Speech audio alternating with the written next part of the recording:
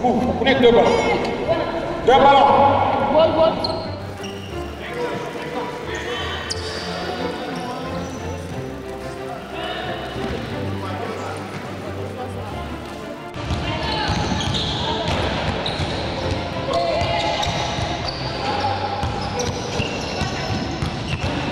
Voilà, d'abord pour dire match la comme yeneen match yi mais équipe yi ñoo bokkul match basket kese la mais équipe yi ñoo bokkul léegi ñoom seen bopp elles sont conscientes xam nañ li leen di xaar xam nañ ne Duc lañ am te Duc c'est l'un des plus grands morceaux du championnat. Nous on n'a pas de pression, on prépare voilà dans les plus belles manières pour au moins affronter l'une des plus belles équipes de ce championnat, Duc. Donc voilà, on prépare le match sereinement et sans pression. Si on dit qu'on le prépare comme un match comme les autres, c'est pas vraiment ça. Parce que le Duc fait partie des ténors de ce championnat. Elles ont été champions plusieurs fois et elles sont les premières de la poule. Donc on prépare ce match, pas comme les autres, mais un peu plus durement. Bon, comme yeneen match yi rek parce que Duc équipe bu mag la yeneen équipe yi ñuy joué aussi ay équipe yu mag lañ dañ koy préparer comme ni ñu préparé yeneen équipe yi.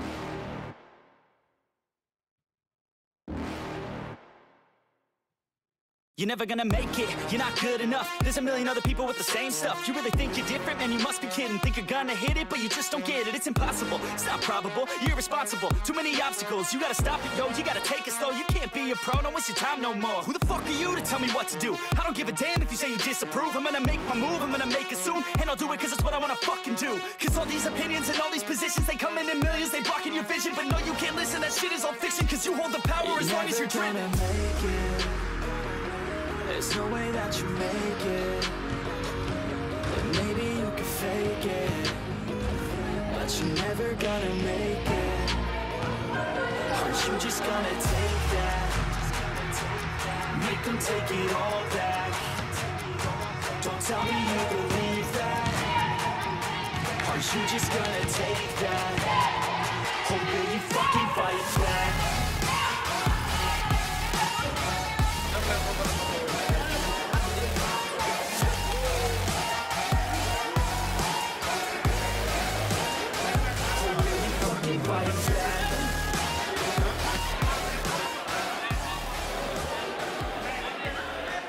Voilà, il y a deux choses. Si le Duc ne nous contre-attaque pas et ne prend pas nos rebonds, Duc mënuñu gagner. Parce que je sais que sur attaque placée ak ñun li ñu liggéey en défense, Duc mënuñu dugal lu bari. Chaque jour je le dis dans l'entraînement, basket dafa am des erreurs yoo xam ne ça ne pardonne pas dans le jeu. Et ñooy def détail. Moi, les paniers faciles. Et l'application sur les passes. Toujours être collectif et jouer en équipe. C'est très important. Ouais, on se met de paquet parce que nous sommes déjà di entraîner durement. Xeex ba mu jeex 40 minutes parce que wala ñu ëppale dara xeex la ay xale la nu ñoom donc dañuy xeex ñu ñëw yokk leen expérience bi ñu yore xeex la leen tamit dem ba jeex voilà. Surtout de ne pas se mettre de pression. Nous savons tous jouer au basket. Nous sommes de très bonnes joueuses. En termes d'effectifs sur le papier, on peut dire qu'on part à armes égales. Maintenant, tout va se jouer sur la concentration, la volonté. C'est l'équipe qui aura le plus envie.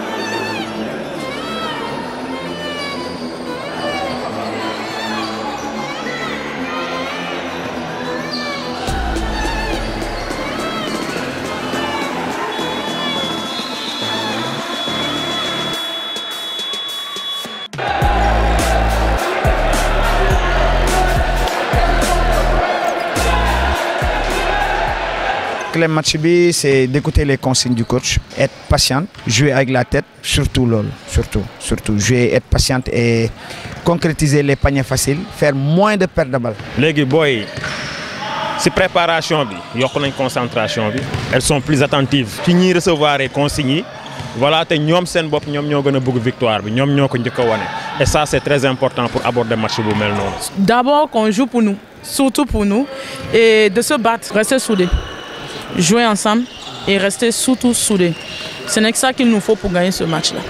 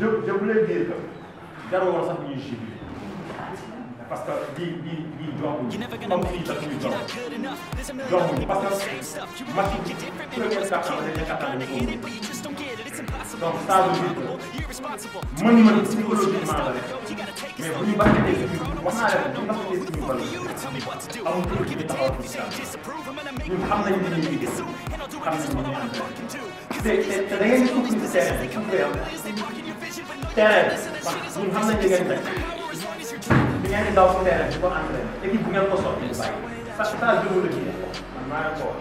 D'abord la satisfaction parce qu'on tenait énormément à gagner ce match vu qu'on avait perdu le premier match qu'on avait joué contre Mbour. On avait absolument besoin de cette victoire là pour pouvoir se replacer dans le championnat, dans les phases allées.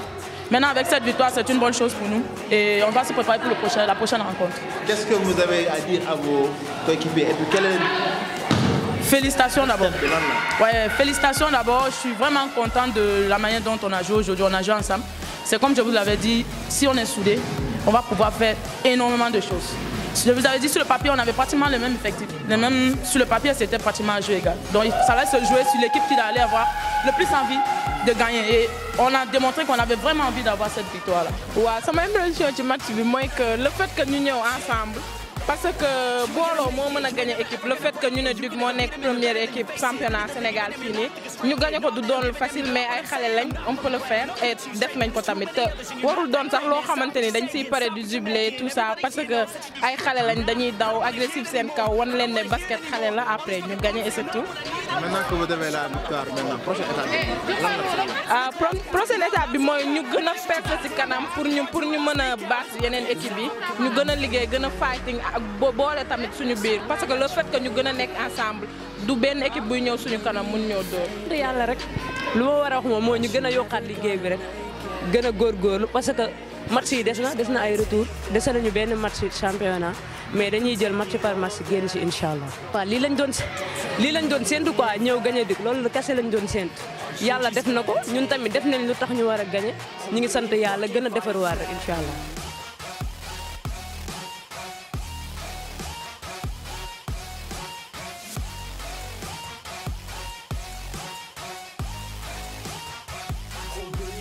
Fight back.